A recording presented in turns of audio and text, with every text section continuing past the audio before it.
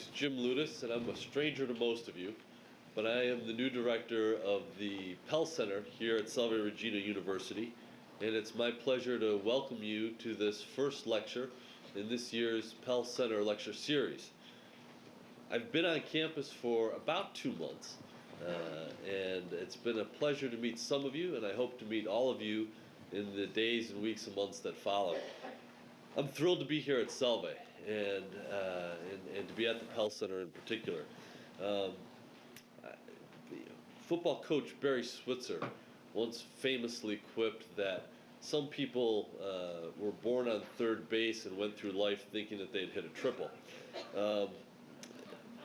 When I arrived on campus, I was given the lineup of speakers that had been prepared for this semester, and it was very quickly obvious to me that someone had done a lot of work, and that person wasn't me. So let me take a moment to extend a special thank you to my colleagues who have disappeared now. Michelle Corby-Sperduti, who just gave the lovely fire announcement, and Teresa Haas, who I think has escaped outside. As I've made my rounds across campus, I've heard time and again how wonderful, how professional, how tremendous they are, and it's all true. But the message that I heard loud and clear was, Jim, don't mess this up. So please join me in thanking them for all that they do to make the Pell Center so successful.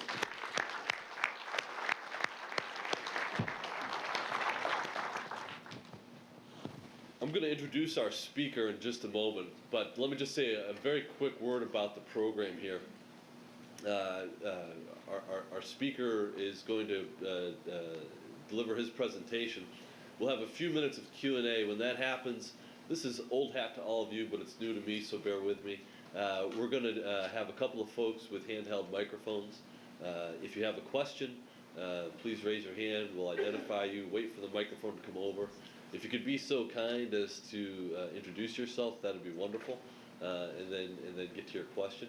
And we'll take as many questions as time permits. Thank you. Are you able to hear me okay? Okay. So, Bing West. There are not a lot of men or women like Bing West. He is an accomplished author, a dedicated public servant, an analyst with piercing insights and a prescription for America's war in Afghanistan that, I think to put it mildly, provokes a reaction. In fact, when word spread that Bing would be speaking tonight, I received a number of phone calls from volunteers who wanted to correct the record even before he spoke. Sir, I think they've read your book.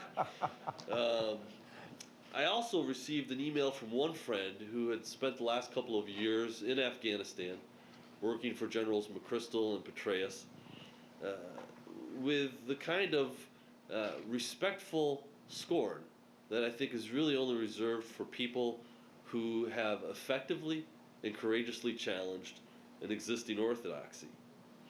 And that, in my opinion, is one of the things that Bing West does most effectively in the wrong war. He challenges the dominant orthodoxy about the course of the war in Afghanistan, the Department of Defense's current fixation with counterinsurgency, and the price that we're paying as a society in that land. When I was an editor earlier in my career, we used to encourage authors to show me, don't tell me. And Bing West shows us. His writing captures the essence of the fight in Afghanistan, the disconnect sometimes between policy and what's happening on the ground. He asks fundamental questions that need to be answered as we put more sailors, soldiers, airmen, and Marines in harm's way. Ladies and gentlemen, it's my pleasure to present to you author, scholar, Marine, and neighbor, Bing West.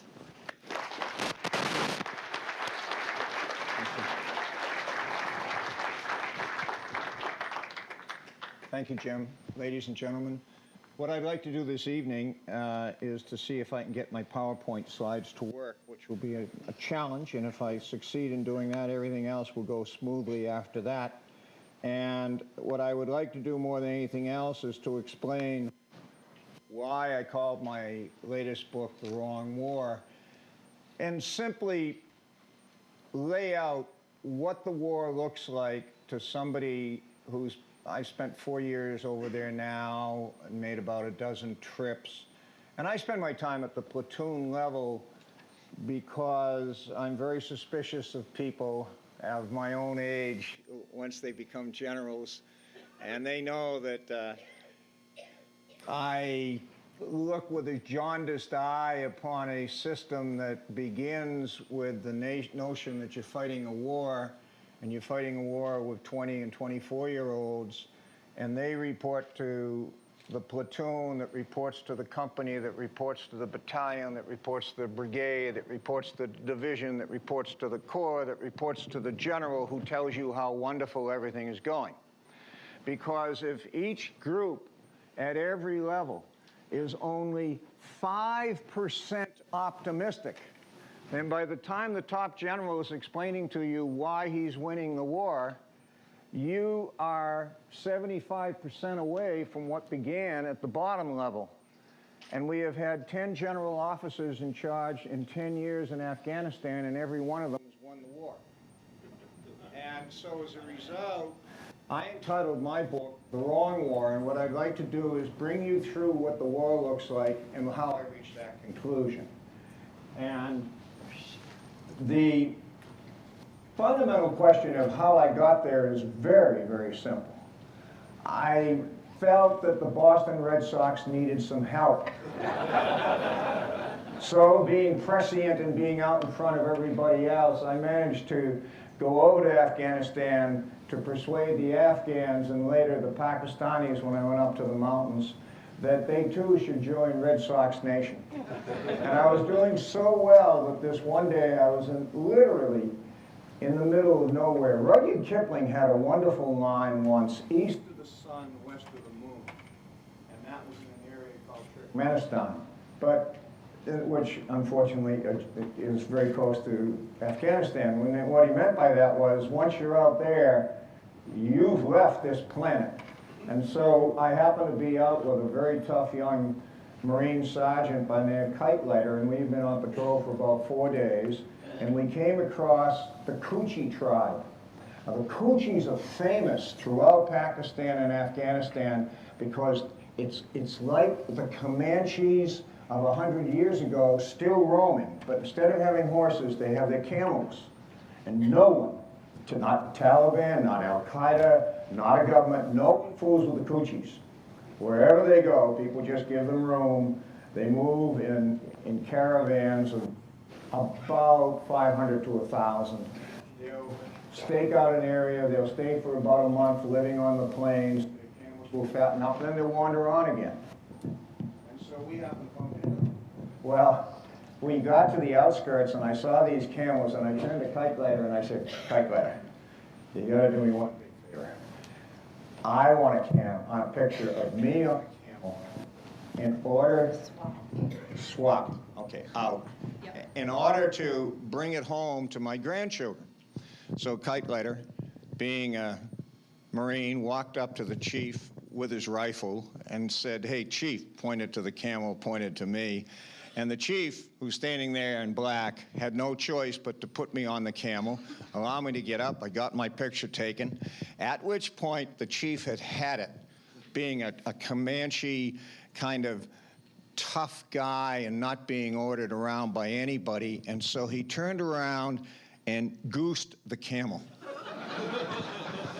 Well, have you ever been on a galloping camel? I mean, it's like you're in a hurricane on a ship, and the damn thing is going in every different direction, and all of a sudden I heard these words, don't worry, sir, I got you covered, and I looked over, and there is Kite Lighter about to shoot the camel.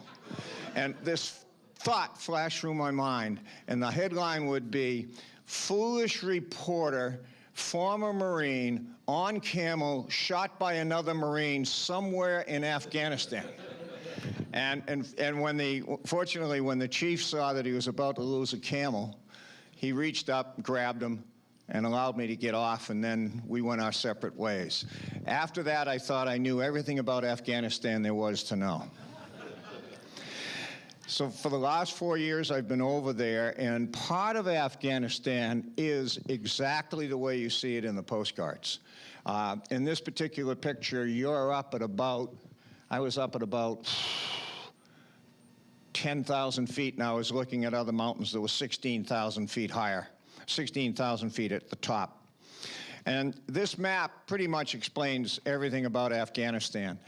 Afghanistan has about 31 million people living in an area about the size of Texas and Oklahoma, which is to say an area 140 times the size of Rhode Island.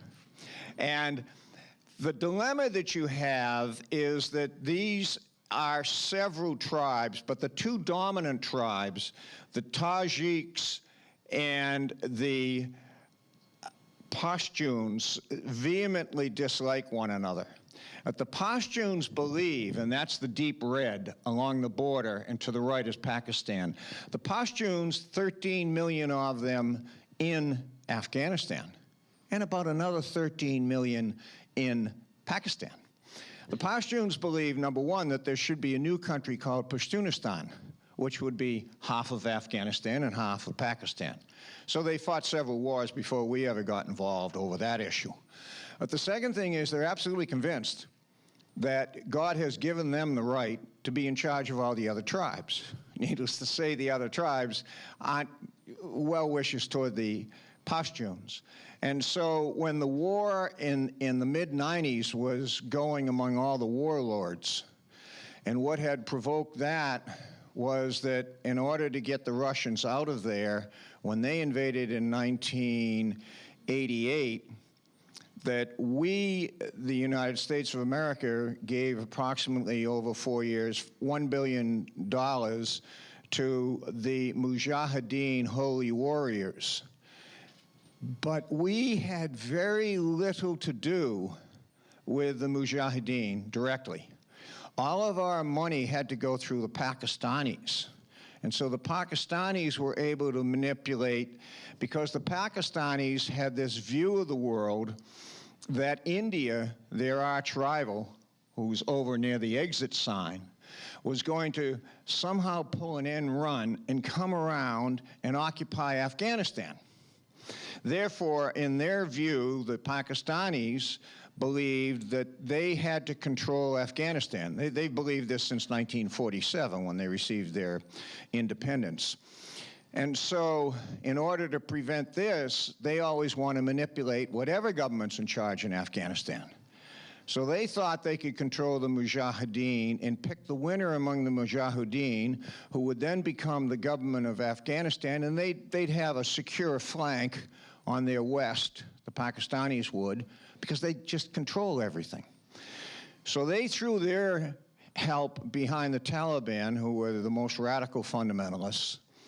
The Taliban beat the other warlords, ended up in power, and the Taliban were bought off by Osama bin Laden, so that the planning that brought down the Twin Towers and killed 3,000 Americans occurred down here in a city called Kandahar. And this was the heartbeat. This area is the heartbeat of the true Taliban. And so when our forces invaded in order to throw out the Taliban and Al-Qaeda, you had a fight down here and a fight up where the other X is, next to Kabul. And the Taliban went back into Pakistan. And we ended up with Afghanistan. But you really have two different areas here that are very distinct.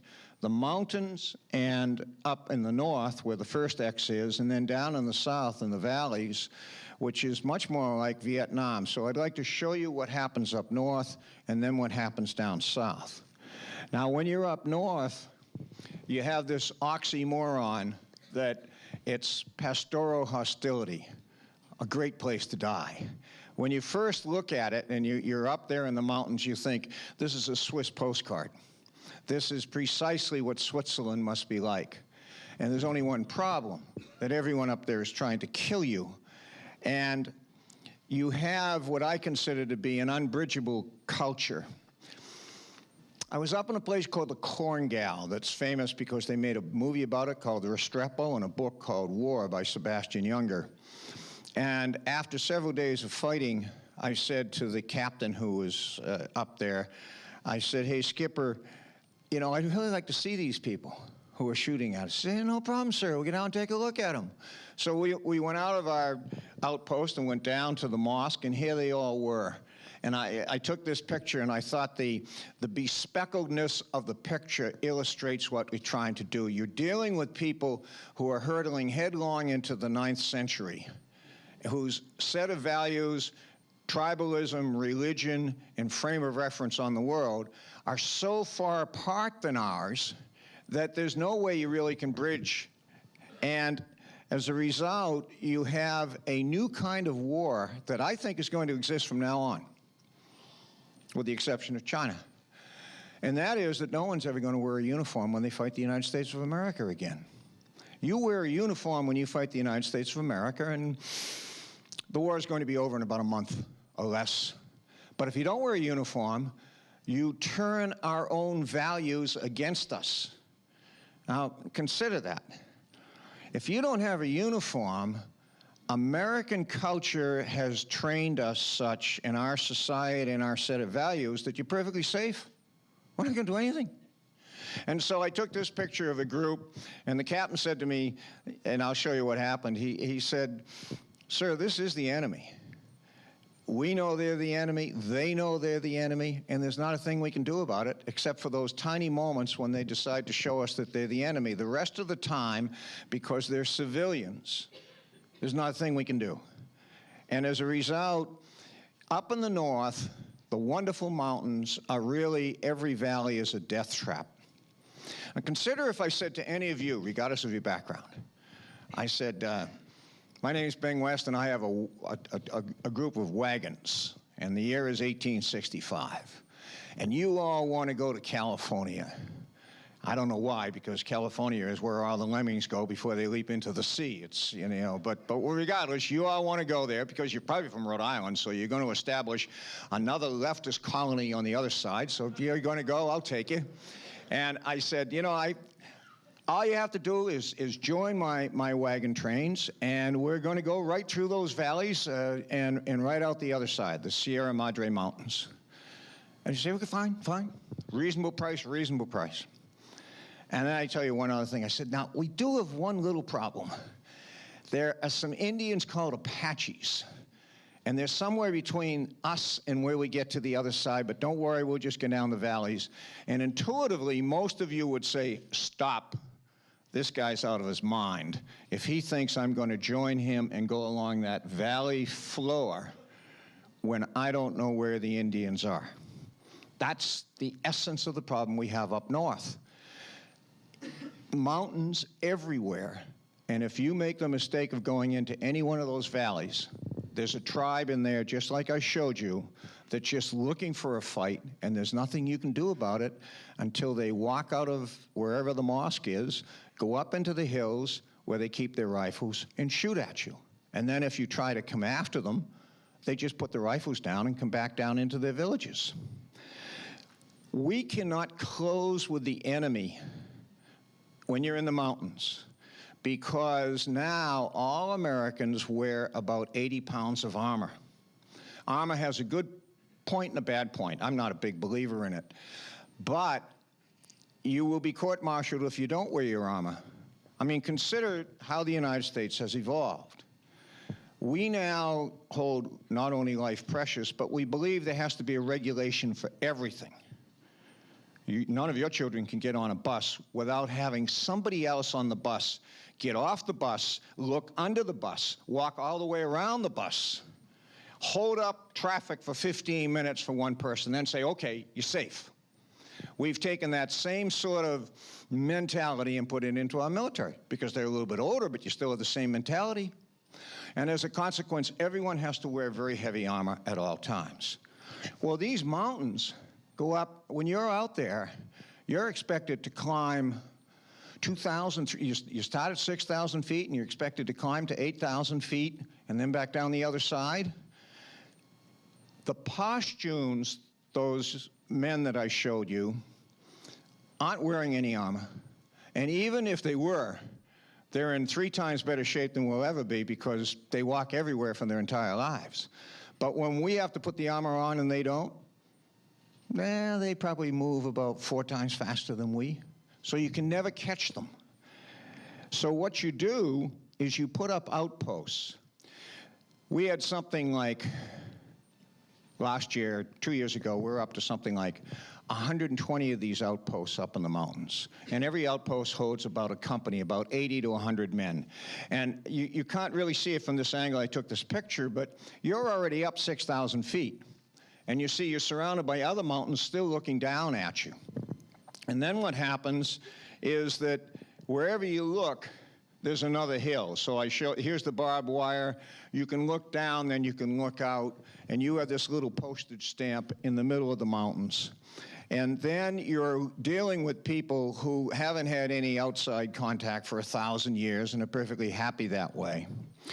But they learned that we do have medicine. And honestly, after we're in an outpost for about 6 months or a year, because we're trying to be benevolent to everybody, you will actually have the prescriptions, just like if you went to CVS, of who needs blood pressure pills, who needs blood thinner, etc. And once a week, the elders come in to the outpost, and they visit with the corpsman, and they receive all their medicines. And then, as they're leaving, they will tell you, give it 20 minutes and then the fighting will start. And the captain says, okay, 20 minutes. I said, what? He said, sir, you got 20 more minutes. You can walk around, see what you want. He said, but the minute you can no longer see any of the old men, he said, you better get down because that's when the firing is going to start. And sure enough, after they leave, about 20 minutes, everyone takes their stations and begins to look out at the other hills. And then as soon as the elders are away, bang, the fighting starts. Now, in this particular case, this soldier is looking at a hillside, and it's only 600 meters away that we've just received fire from. And he's returning fire where the smoke from the Willie phosphorus is. For us to get from where we are to there, we could probably do it in 6 hours. Because you'd have to climb down 2,000 feet, walk across a stream in the valley floor, and go back up another 2,000 feet. He could probably do it in 6 hours.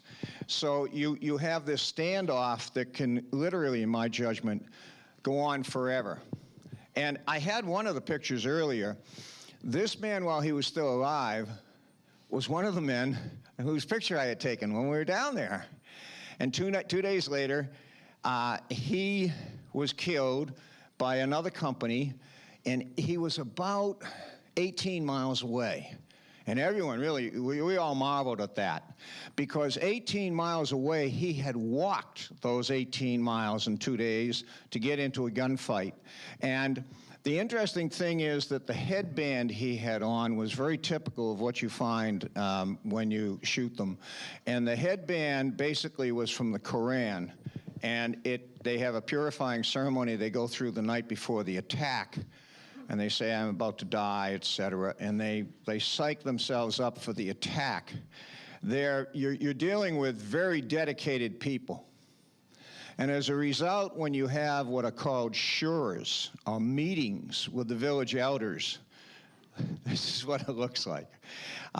Here's a village elder, and here's an American advisor, and here's in front of them is a sergeant major in the Afghan army. And I thought those expressions tell you everything you have to know.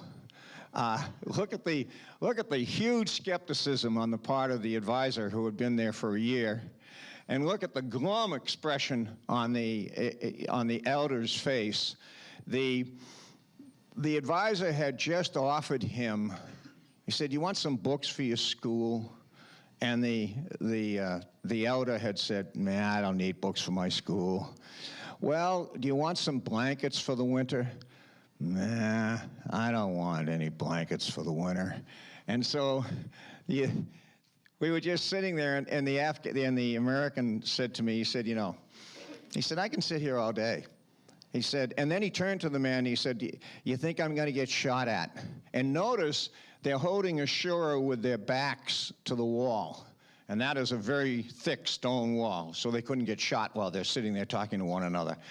And the mullah, the head man, he really couldn't, and we knew he couldn't, so we weren't pushing him hard. He couldn't say anything. So he just sort of looked around and he shrugged his shoulders. I don't know whether he gets shot at or not, because that's how he stays alive. I mean, he can't possibly say that he doesn't like what's going on. We're there for 5 minutes, and the Taliban are there for 500 years. Now, the source of the problem, however, isn't just dealing with some hill people. The source of the problem is Pakistan wants to control any outcome in Afghanistan. And the Pakistanis have the world's largest inferiority complex. When the United Kingdom in 1947 gave sovereignty to India, you look at India with almost 1 billion people, Pakistan 200 million. India now 95% Hindu, Pakistan 100%, 99% Islam. Before the separation in 47, the tensions between the eastern part, which is the Hindu part, and the western part of the Indian Empire, which is now Pakistan, were building. They were smoldering. And the British, Lord Mountbatten, really did something wrong in August of 47. He should have hung on to power more. But he was listening to all the arguments, you have to get out quickly, no more colonialism, etc. And he just basically had it. He said, all right, that's it. But the minute he declared in August of 47 that Gandhi had triumphed and that he would have his own India, there was a bloodbath of monumental proportions along the border between India and Pakistan, as many of the Hindus tried to flee from the Muslim area, and many of the Muslims tried to get out of the Hindu area. And over about, no one knows how many people, but estimates are between 500,000 and 1 million people were hacked to death between the Hindus and the Muslims. Now, India over time since then, over the last 60 years, has gone through its throes, but basically is emerging as a vibrant democracy that now can sense that its time has come in terms of economic development and is gradually beginning to shed a lot of the economic policies that don't work. Pakistan never did. It shrank back and it resented India and fought 3 wars against the Indians, but never had the power to overcome India. But everything became centralized toward, we have to hate India. And that then became an excuse for government after government in Pakistan to say, well, I know things are terrible, but it's because of the Indians. So they could always, if you will, displace any problems in Pakistan by saying it's the Indians' fault. And then when India secured a nuclear weapon, not because of Pakistan, India was looking at larger things such as China, and then the Pacs went ahead and got nuclear weapons. But the Pakistanis have continued to develop nuclear weapons. So now they have between 30 and 50 nuclear weapons, and they're still turning them out. And you try to talk to the Pakistanis at a strategic level and say, hey guys, you don't need all those nukes. What are you doing? And you get this, India. Everything is India. So the Indians, they're shrugging their shoulders about the Pacs, but the Pacs can't get over the Indians. So I had this, on this particular day, I walked up to the border between Pakistan and Afghanistan, and the border is called the Durand Line, which was sketched on a map in 1898 by a British who happened to be in charge at the time, Lord Durand. And a good friend of mine, Ayub, he's a good fighter, Afghan fighter. I brought him up and I said, Ayub, we're going to have our picture taken with the Pakistani officer on the Durand Line. And you really can't see it, it's a little bit too dark. But Ayub was scowling, and I said, stop your scowling, we're going to get our picture taken. And no matter what I did, I was grinning as though we had just beaten the Yankees, and neither of those guys would smile. I mean, they just really dislike one another. And so the Pakistanis allow the Taliban and help them, and help Al-Qaeda to a large extent, and help other terrorists simply because they believe this keeps them in the great game of being a great power, and we have to deal with them on the one hand, and they want to have a seat at the table and determine who's going to be in Afghanistan, and that way India won't be able to outflank them. Well, you're dealing with a pathological perception that you can't break through, and this has been going on long before 2001 and will continue for the future. And as a result, this is what you're dealing with: 1,500 miles of a sanctuary for the terrorists and the Taliban. There would be no more war in Afghanistan that would concern us if it weren't for the attitude of the Pakistanis, and we haven't figured out a way of changing that attitude. So I took this picture, and I was up here with this particular big soldier, and he was looking at that fortress, and that's typical of a compound. They build these big compounds throughout Pakistan and Afghanistan with walls that are 5 feet thick, just to shield them from any of their neighbors. And at this particular compound, this is right on the border, and you see the road right next to the Army soldier's right hand running down and over to the compound that's about 600 yards away. Every night, our overhead photography on the unmanned aerial vehicles, the UAVs, was showing that the Taliban were coming up there, and they were taking arms and ammunition, putting it on a truck, driving up the road, unloading it right where we took the picture, putting it on donkeys, coming down the other side and shooting at us. So we're standing there, and I said to the Army officer, I said, "What are you doing?" He said, "You know, we can't shoot into Pakistan." I said, "Right." He said, "But we can shoot in self-defense." I said, "So?" He said, "So I'm standing up here, and I'm hoping they'll take a shot at us, and then we can shoot back." I said, "Ha, a great plan." And with that, I made sure I was standing behind him as I took the picture. Now, the interesting thing is, because they know the rules of engagement as well as we, the Taliban came out of the compound eventually and waved to us. So now I get to the nature of the young men in America who are doing the fighting. This is the village called Ganjigal, and most of you have now seen about this because this is where the Medal of Honor was won that you've seen. And in September of 2009, these Ganjigalis, who look just like the others I was showing you, they're all the same area, and finally invited in the Afghan army and the American army and the American advisors to help them rebuild their mosque. Now, they have been standoffish for years. Finally, they invited us in. Ayub, whom I showed you, Ayub said, "Don't do it. They're bad people, just bad people." But the American colonel basically said, "You can't just say they're bad people, Ayub. We have to try to win their hearts and minds." Ayub said, "Don't even try it." And the American colonel said, "No, no, no, we are." And they went in, and they ended up in a bloody ambush when they went in. And I took this picture. This is kind of interesting, and this fascinated me.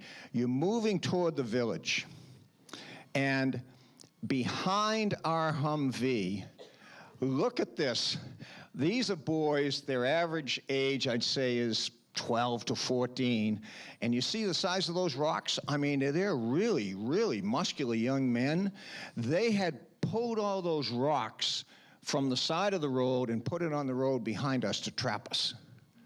And what really impressed me was two things. Number one, they did it right away. I mean, look at them. They're right there. And number two, the system was smart enough to know if I send out boys, nothing's going to happen. We're not going to shoot a boy. So I was kind of impressed with the intelligence that was being used. And then when this ambush started, this young man that I have the blue arrow, his name is Dakota Meyer, he attacked to try to go against this ambush when everyone else was being killed. And he had to get down this road in the open in his vehicle, and he was standing in the turret when he was absolutely surrounded on all sides by the enemy. They had about 200 people shooting. They had killed a lot of people. And Dakota told me, he said, you know, he said, I thought I was dead after the second time I went in. He said, then it made it a little bit easier every time I went in because I knew I was already dead. It was just a question of whether I could find any of my friends or how many of the jihadists I could kill before I died. And Dakota, I thought, was typical. So in my book, I tried to indicate this is the kind of young man that we have fighting for us. He was 21 years of age, which was typical. He came out of a rural background. He was from a farm in Kentucky. And when you see, it's a little bit disturbing, but when you see who enlists now in the services, unfortunately, there's becoming a higher and higher correlation between the political hue of a state and volunteering and not volunteering. He came out of Kentucky, which has a high rate of volunteers. Unfortunately, Rhode Island now is the 47th of 50 states in terms of volunteers. But those young men who do decide to come in, they're self-motivated. They come in for 4 years. 83% of them then get out. They don't stay in. They're just there. For whatever reasons they came in, they fight the war, and then they come back into society. And they have no benefits, no pension or anything. They're just out there genuinely to do it. And Dakota did a terrific job, and he received the Medal of Honor. I was down at the ceremony 2 weeks ago in the White House. And a wonderful young man. And he is typical of the kinds of soldiers we have there. But we're not doing well. I mean, and this is what causes some of the generals to get upset with me. But, you know, look, somebody just has to say it. We're not doing that well. We're not doing that well for 2 reasons. First, Pakistan is a huge sanctuary. If you won't go into Pakistan, and I'm not saying we should, because it's 100, 200 million people. What do we need that headache for? But as long as the Pakistanis want to give this sanctuary to the terrorists, and as long as the Taliban can go into any village they want, and we're only there for 5 minutes, and they can be there forever, the deck is stacked against you in that kind of a war. Now, the other problem you have is the Pashtuns have a code of silence among themselves. I spent 4 years off and on in Iraq and wrote 3 books about the Iraqi war. What happened in Iraq, and this it changed things, and while I admire General Petraeus, I don't subscribe to what a lot of people believe really happened. It wasn't that General Petraeus so much single-handedly turned the war around. What had happened was that the Sunni tribes in Iraq were fighting against the Shias. When we overthrew Saddam Hussein, we also pushed the Sunnis out of power, and they're about 40% of the population in Iraq, and put the Shias in power, 60%. So those who had been thrown out of power, the Sunnis, supported the insurgents. Some of the insurgents were terrorists like Al-Qaeda. Others were just nationalists who were pissed because they had been thrown out of power. What happened by 2006, the end of 2006, out in the west, far away from Baghdad, where 40% of the fighting was going on in a province called Anbar, the tribes had become so tired of fighting the Marines and losing the fights that their sheikhs got together and said, you know, maybe we have this a little bit wrong. Al-Qaeda isn't our buddy on the one hand, and the only people who can influence, as they called them, those Persians in Baghdad are the Americans. So let's swap and go over to the side of the strongest tribe, the Americans. And so I wrote a book called The Strongest Tribe. And when I was talking with one of the tribal leaders by the name of Abu Risha, and I said to him, hey, I don't get it. why did you fight us for 4 years? Just banging your head against the wall, getting us killed, and we had to kill a lot of you. You know, it wasn't smart. And he thought for a minute, he was a thoughtful guy, and then he said, no, he said, you don't understand. You Americans couldn't convince us. We had to convince ourselves. But once the Sunni tribes came over, they came over as a group in Iraq, and that was the end of the war. General Petraeus did a lot of wonderful things, but it was the attitude changing in the Iraqi tribes.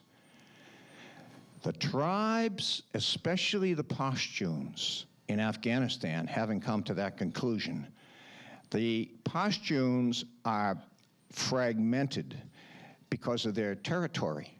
Each one's in a different valley. They don't know each other the way the Iraqi tribes all knew each other because they were in flatlands. And as a result, the Pashtuns have this notion of being a Pashtun. And this I found fascinating. We were in this village, and everyone was at the market. And the Americans came up to me and they said, hey, sir, you want to see what we got? And they had a new device. And he said, we can really nail people now if they have a cell phone. And we got one son of a bitch who's put in 3 IEDs, improvised explosive devices, and he's killed about 5 people. He didn't kill us. He killed some of the other Pashtuns. But we know who he is. But we don't want to give away that we have this new way of knowing things. So what we're going to do is we're going to walk around, and we're going to grab people as if at random for a search, but we know which guy it is. And it was the guy that I put right there in the blue square. So they had them up against the wall. Every American standing here knew which one had the cell phone. And I'll be darned if, while I'm watching, if that man didn't reach into his pocket and hand the cell phone to the next man, who handed it to the next, who handed it behind their backs, handed it to the next, all the way up until a boy was going by, and they handed it to the boy. At which point, the first sergeant said, hey, son, give me the cell phone. And what I found disturbing about that was that these men could not have known each other, because there are several thousand at the market, and we had plucked them up randomly. But when it came to, do you stand with the Pashtun, even though you don't know what he did, or do you stand with the Americans? Stand with the Pashtun, even though he had killed some of them. And that disappointed me, but it taught me something. This was another case where I thought you really can't go from one culture to another, no matter how hard you try. You see that American in the background. Every single day, this is a place called Asadabad, and it's a big city. There must be 16,000 people. It's big. It's actually bigger downtown, much bigger than Newport. And every time that the platoon for a year went into that town, they took up a collection beforehand of $1 or $2 apiece, and they spent $40 to $60 just buying anything, just to try to get some money going into the society. And then they realized there were a lot of street urchins who really had nothing to do, so they would then, whatever goods they had bought, they'd give to the street urchins. And after a while, of course, it was the Pied Piper. You know, they knew we were coming. They knew that this meant some benevolence for somebody. One day, after a year, some Taliban was watching, and a truck was coming through, an army truck, and it had a flat tire. So they got out to repair the flat tire. Right in the middle, it'd be just like on Thames Street. They're getting out, repairing, and people gathered around because they had nothing else to do to see how did Americans change a flat tire. So the Taliban took out a grenade and lobbed it into the crowd. Now, as he did so, it just happened that one of the soldiers just happened to be filming this and caught the action of the grenade going in. He killed about 4 people. Within one day, the mullahs had said, the Americans set you up and then they killed you. And they had a riot against the Americans. And to his credit, the Lieutenant Colonel O'Donnell, who was the battalion commander, went down the day after that, and he called everybody out in the street. And he said, you know, I want to know, what kind of people are you? He said, we came down here and we gave you something out of our pockets every day, and you knew it. We did that for a year. I want you to see this film. Take one look. Who's that? Is that man an American? No. And he threw the grenade. And you immediately blamed us. You should be ashamed of yourselves. Well, it was pretty powerful, but it taught me that there was this idea of going across culture, no matter how big your heart is, can be rejected. President Karzai, the best you can say is that he is erratic. You say a lot of things worse than that. The man's not a good leader. No matter how you cut it, he's just not a good leader. And so our ambassador finally concluded in Diplomatique that he's not an adequate strategic partner. Now, if you go down south, I'll bring you down south. So far, we've been up in the mountains. But this is the breadbasket of Afghanistan. And this is absolutely flat desert. However, there are two huge rivers that run from the mountains and are fed by the snows and come down here, and that causes what's called the green zone in Afghanistan. And it looks just like Vietnam. I mean, if you go there, it is Vietnam, because year-round the snows, having melted, give rise in the desert to a huge area that's about 400 miles long and about 10 to 15 miles wide. So you have about 4,000 square miles of very thick brush and farmlands that can grow anything, including poppy. This is the poppy center of the world that causes creates 70% of the opium and heroin in the world. This is how people operate. I mentioned these outposts. This is what an outpost looks like on the inside. It's just a bunch of guys sitting around a couple of computers. But take this the wrong way. Those computers have the same power that your computer has, that your iPhone has.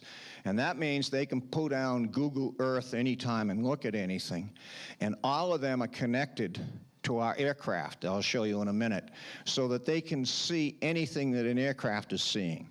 So it's Spartan. It's nothing but a couple of computers, but those computers give us a huge advantage over anyone else in the world.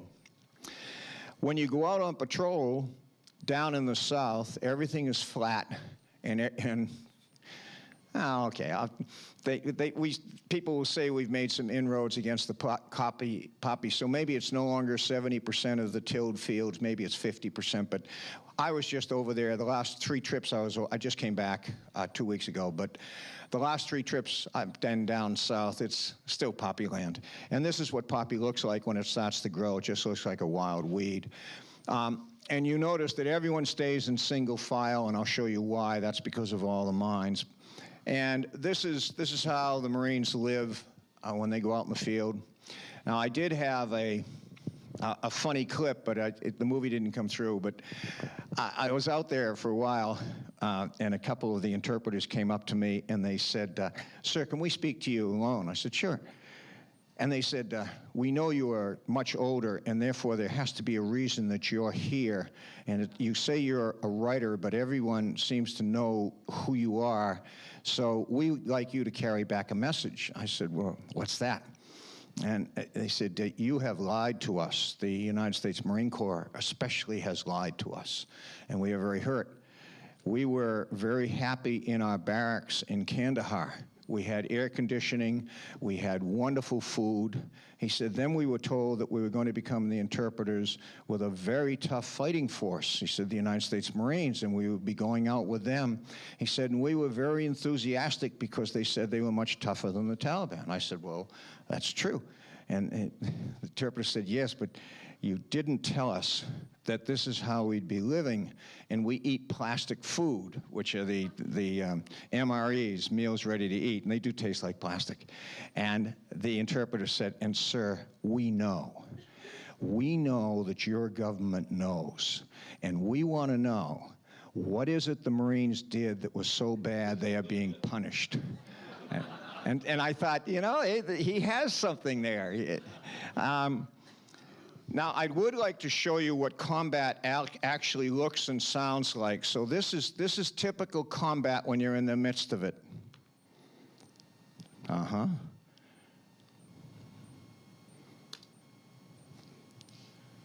Now, that just worked because I tested it.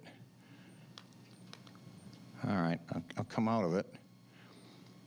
And we'll come up here.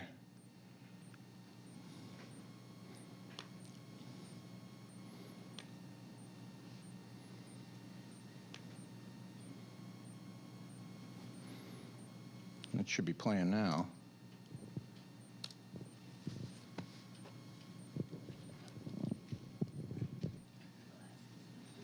And I got my glasses. This is what combat looks and sounds like when you're in the middle of it. This short video shows combat with our special forces and with a British advisory team. You can hear the incoming.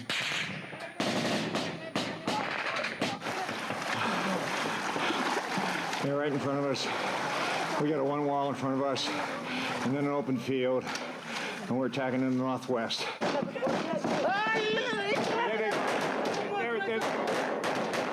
So we missed him. I mean, he was a nice shot for a minute.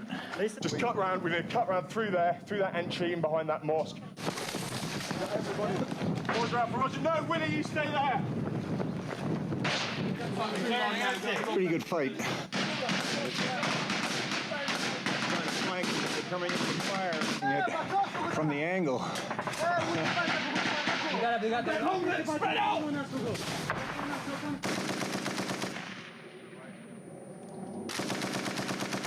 4-4 Alpha, Roger. I am now on the tree line. Steady this.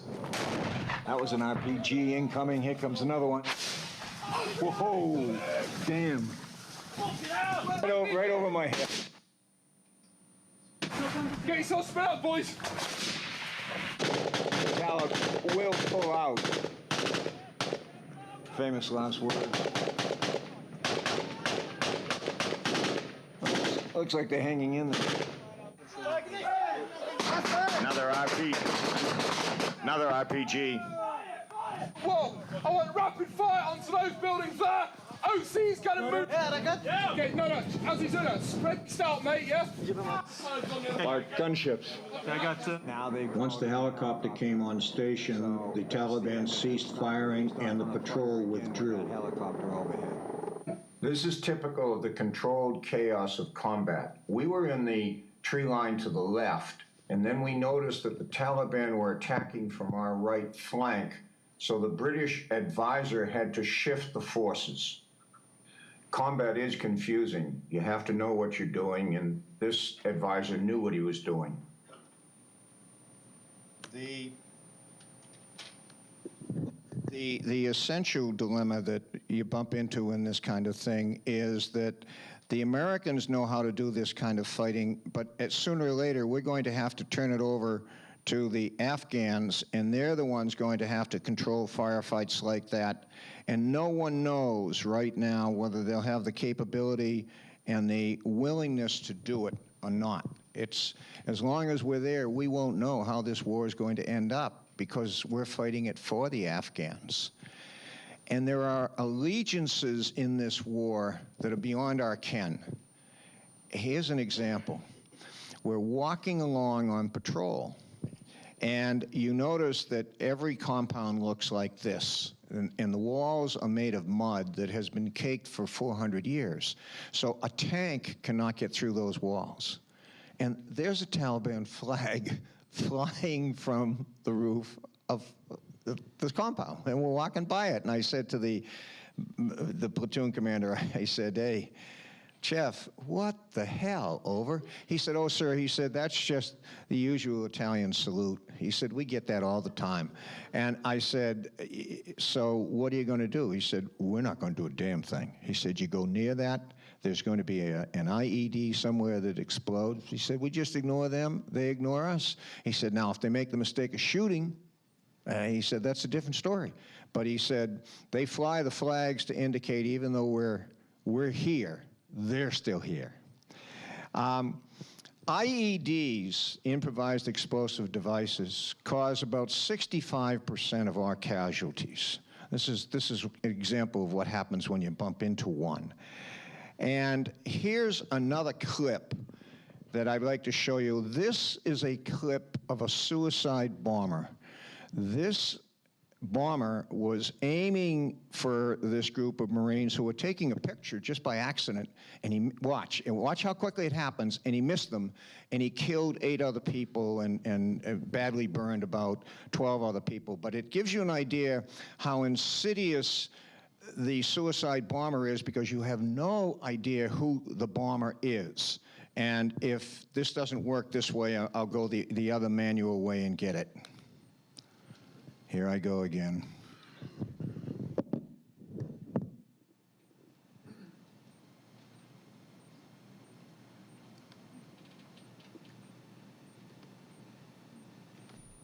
You cannot search every car on the road. That's what makes suicide bombers so dangerous. Watch this next clip with the orange and white taxi cab. This is why people fear suicide bombers. I'll show it twice.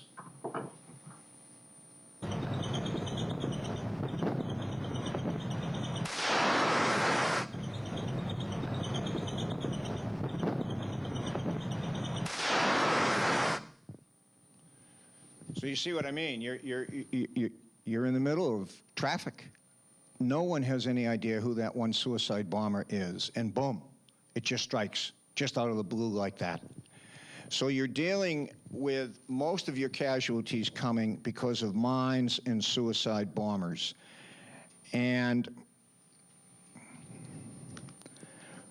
when you're out on patrol with the individual squad, everyone stays in one line, because you never know where you're going to bump in to the IEDs, where they're hidden. The villagers know pretty much where they are, but they're not going to tell you. And the only way you can find them is basically if you have with you a mine detector. Now, a true mine detector is this young man. A mine detector that we use over there is simply the same mine detector that they use to find coins on a beach. And the way in which the IEDs are put into the ground is that they will take a flashlight battery and they'll dig a little hole in the ground. And then they'll take the IED. This is an IED. And all an IED, without the explosives. And all an IED are 2 pieces of wood that are strapped together. Yazzie gave me this one. This is one he found when I was out with him. And one wire leads to the flashlight battery. The other wire leads to a small jug of explosives, plastic jug. So the only thing you can, and this is simply 2 pieces of wood, and the 2 wires come together in the middle, and when you step on the 2 pieces of wood, 2 wires come together and it sends a spark from the flashlight battery to the explosives and blows off your legs. I've been through 30 or 40 airport checkpoints, and no one has yet asked me what it is. So I think we look for what we expect, and somebody hasn't told the TSA people yet about IEDs. But in any event, the Yazzie was terrific at this work. But the problem is, no matter how good you are, and the way in which we go about it is that when you go out every single day, everyone stays in a row. And the first man, Yazzie, for us, always had the metal detector. And then the second man is the sniper with a big sniper rifle, and he's protecting Yazzie. because the person that the Taliban want to kill more than anybody else is somebody as good as Yazzie with the metal detector. And so the sniper is also reaching into his pocket as he goes along, and we all carry bottles of water. We carry maybe 6 or 8 bottles of water a day on patrol and go through them. And you take the cap, and it was a Lance Corporal who came up with this idea. So you collect all the caps, keep them in your pocket as you're the sniper right behind Yaz. As he goes along, he drops the caps, and everyone else walks on the caps. Then the last man in line takes every cap, puts it in his pocket. So that's how you travel through the minefields. Taliban haven't been able to figure it out. And Yaz was the past master at finding these, and unfortunately, the day after I left, he lost his right leg. And when I talked to him in the hospital and I said, Yaz, you know, what happened? He said, sir, you remember how I always knelt down with my right knee? I said, right. He said, I think, he said, someone spent a month just watching me and finally figured out about where my right knee would be when I was looking for something in front of me, and he set up 3 or 4 of them, and he said it was just something, even as I was kneeling down, I thought, don't do it, Yaz, and it was too late. So the IEDs are a devilish thing. In this particular squad that I spent a lot of time with, 2 of the 14 were killed, and 5 were amputees before it was over.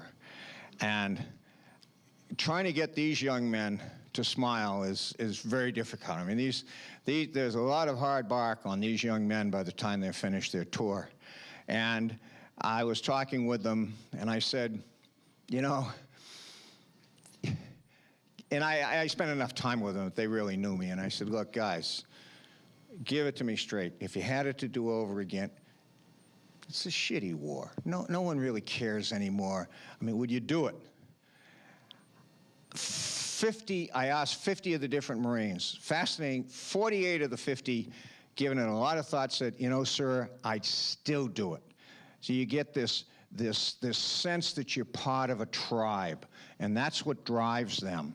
And then when they got to know me, they brought me around the corner of one of those walls, and we were living just in little crevices in a wall. It was pretty primitive. And they brought me around the side after a fight, and one of them had a knife, and he began to carve a stick figure in the wall. And he said, before we're finished, sir, we want to see 100 up here. And that's how they were defending us, one stick figure at a time. Every time they shot a Taliban, they put one more up on the wall. Now, there are other sides to this war. The question of, are we winning hearts and minds? Are we building a nation? And the answer is, in some cases, absolutely yes. This is a market that I went to in November and in May of 2009, and as you can see, there's absolutely nothing. Same market 6 months later. I mean, just dramatic difference. The problem that I came away with was, this is Billy McCullough. I mean, I can call him Billy even though he's a lieutenant colonel because, you know, he's only 42. He's younger than most of us. And here's Billy. He had 700 Marines, but he also, after he had been there for 6 months, had emerged as the governor of the district. He was the judge. He was the police chief. He was the banker. He was the aide administrator. He was the doctor. He was the indispensable man. The problem was he was an American. And once we were going along to a meeting, and the actual Afghan governor was in the Humvee with the interpreter, with me, and with Billy. And so I said to the governor, I said, you know, Governor, things are really a lot better here in the district. He said, yeah. He said, we have the best governor of all of Afghanistan. And he's patting Billy McCullough on the shoulder. And Billy is saying, come on, Governor, you're the governor. And the governor looked at me and he said, no, he's the governor and we both know it. So that struck me as being both wonderful and also the problem. We had this theory that we could build a nation in Afghanistan, like we did in Iraq, and that the deal was the social contract. We would give money and some security. I mean, as I indicated, if we're only there on a patrol for a while, any sensible person knows that the others are liable to come when we're not there. But they know our heart. They know our heart's in the right place. If you left it up to the Afghans to take a vote, or if you left it up to the average Iraqi on the street to take a vote, Americans would never come home. Because we're the golden goose. We give money, we expect nothing in return, and we give security. The problem with the theory is that we expect in exchange that the people are going to reject the Taliban. But common sense tells us that we wouldn't do that, and it didn't work in our own culture. Lyndon Baines Johnson had something called the Great Society and the War on Poverty, where he said, if we just give people money, it solves everything. And he caused a real problem in the inner cities that they're still struggling with. The problem is that we've created a culture of entitlement in Afghanistan. They believe that we'll give and they should take. And that exists all the way from Karzai and the corrupt people at the top. And they would, you know, if they were here, they'd say, come on, Bing, give us a break. You're giving out all that money, we're just taking a little bit of it. And it exists all the way down to the elders in a village. It's the same thing. If you walk in, you say, I'm going to give you something, I'm not going to ask anything in return. That's what you get in return, nothing. So finally, we get quotes like this, and this drives me up a wall. All right, if you're Secretary of Defense Rumsfeld, and you don't believe in it, then why did you spend 5 years being in charge of a military that had taken this on as its basic mission? And then along comes Secretary Gates, that everyone now says is the best Secretary of Defense we've ever had. He merrily trots right along with the same thing, and as he's walking out the door, he basically says, boy, that was dumb. Well, hello, Secretary Gates, why didn't you do something about it? And now you have President Obama coming out and saying, look, we're not going to do nation building. We're just there to prevent a terrorist sanctuary. So you have to scratch your head for a minute and sort of say, when did the rabbit go down the hole? What was going on at the top here for all these years? And that, Jim, may be what causes your friend to say, Bing West. Yeah, well, I have my opinion of those generals, too, but tell him I love the guy, you know. So I believe one thing and one thing only. This is a civil war, and only an Afghan can defeat another Afghan in the end. We're not going to stay there forever. Thank God we're not going to stay there forever, but we're making a pretty good run at it.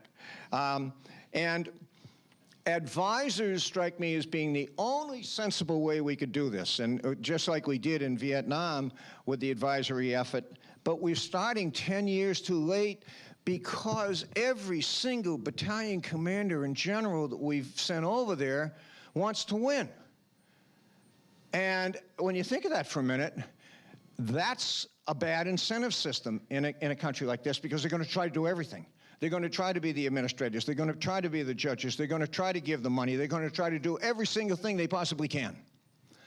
And as long as we do it, the Afghans aren't going to do it for themselves. I was out with this unit. This is one of our special forces, special operations forces. And today in the country, there are 140,000 Americans in NATO forces, and there are about 300,000 Afghan forces, about 1 to 2. I was out with this unit, and we had 1 American for 10 Afghans, and they were doing just as well as the American battalions. And that taught me that if you can infuse just a few Americans as advisors, you can change things. But then you have to say to me, well, wait a minute, Bing. This isn't about the Afghans. This is about terrorists taking over a country and killing us in New York City. That's what we said we will not allow.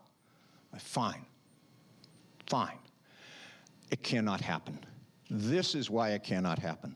Look at this picture. That picture tells you more than any book you're going to read about Afghanistan. That picture has 3 components to it. First, it has one American by the name of Woody. He happened to be a Special Operations Force guy, but we have a lot of guys like this, who knew how to call in air. And Woody is talking to an F-18 jet fighter that was so high up, I couldn't even hear the jet. I knew it was up there, but I couldn't hear it. Blue sky, it was up there somewhere. And you see that radio in Woody's right hand? That radio is just the size of one of your iPhones. He could talk anywhere in the world with that radio. And he was talking to the pilot with the radio. And you see in his left hand, he has that small little telescope, just the size of his fist. That's called a rover. God bless our technology. That little thing has so much technology that it's showing this picture in the left-hand corner. This is the picture from the F-18 pilot. He's so high up I can't see him, but he can see that battlefield because of his optics so carefully that he is looking at these 2 men, and they're carrying a body in a white shroud. And he is saying to Woody, because I'm right here next to Woody, and one of our snipers had just shot a Taliban about 1,000 meters out from us. And the F-18 pilot said, "Hey, Woody, 2 guys just picked him up, and they're carrying him off for burial. Do you want me to squash him?" What does that say? Well, Woody was a decent guy, said, "Nah, let him bury him." But the point was that no one can move anywhere in Pakistan. No one can move anywhere in Afghanistan. My goodness gracious, if Jim doesn't say that this is the best lecture he's ever heard, when he walks out, the finger of God's going to point down at him and he's gone. And I'll say I had nothing to do with it. Our ability to see from the air and to target is beyond anything I could believe as an infantryman over the last 40 years. So the notion that a group of terrorists are going to start gathering enough people to take a major city like Kabul, they're just all targets. So I do not believe if our objective is to prevent terrorists from massing and having a sanctuary, I believe we've achieved that and can achieve it at very low cost. Here's another example. I'm sitting on the rooftop with these advisors, and they said, "See the Taliban." And I happened, with my Best Buy camera, to zoom in, and there they are, about 1,000 meters out from us. You see the 3 of them, running from one compound to another. And that was the end of that. So that's all I have to say. What I tried to do over the last hour was bring you on a battlefield and show you 2 things. 3 things, really. I wanted to show you the nature of the fight against a tribal enemy. I wanted to show you the kinds of bravery that we have in our young men. And I also wanted to show you the kinds of technology that we actually have. My conclusions from all this are very, very simple. If you say to me, where are we going and how does this end? Well, I would say one thing. If the entire purpose was to prevent terrorists from striking New York City because they're in Kandahar or Kabul, I don't believe they can do that because of the technologies I just showed you. We're too strong for that to happen. If you tell me I want to see a strong, viable, economically vibrant Afghanistan, I'll tell you, that dog isn't going to hunt. It isn't because we're not going to put the amount. I believe we could do it. I believe if we stay there for 50 years at $50 to $100 billion a year, we will be able to do that. Everyone who wants us to stay for another 50 years at $50 million a year, raise your hands. See what I mean? We're not going to do it. So we have to stop believing that we're going to turn around the tribal society of Afghanistan. But so what? As far as I'm concerned, I think there's about a 70% chance that this war just fades away as we pull our troops out, and we are pulling our troops out, because we just won't care. And they're rioting in Kingston Trio, they're rioting in Africa, they're starving in Spain, the Greeks hate the Yugoslavs, and I don't like anybody very much. I mean, the entire world is a chaos theory. So Yemen and Somalia and Pakistan are much greater threats than Afghanistan, and will remain so. How much do we care about Somalia? Well, we care enough to keep popping them, if you will, and we should, because they're our enemy, but we don't care enough for anybody to say, I'm going to go in and try to settle scores in Somalia or make a nation out of it. So I think there's a very good chance what's going to happen in Afghanistan is we're all going to shrug our shoulders about this in about 2 years, because our own country has so many problems. We'll be so focused on ourselves, as we are as a tribe, that we'll say, let the Afghans take care of themselves. I think there's about a 30% chance that it'll break the other way. That is, that Karzai will cut some deals over the next couple of years that will baffle us. It'll cause us to scratch our heads and say, well, what does all that mean? It'll just be a tribal kind of deal, but it'll enable us to get out a little bit faster than we would otherwise. But either way, I see us getting out of Afghanistan, and I think that's the prudent thing to do, and I do not believe that the terrorists will take over. Thank you.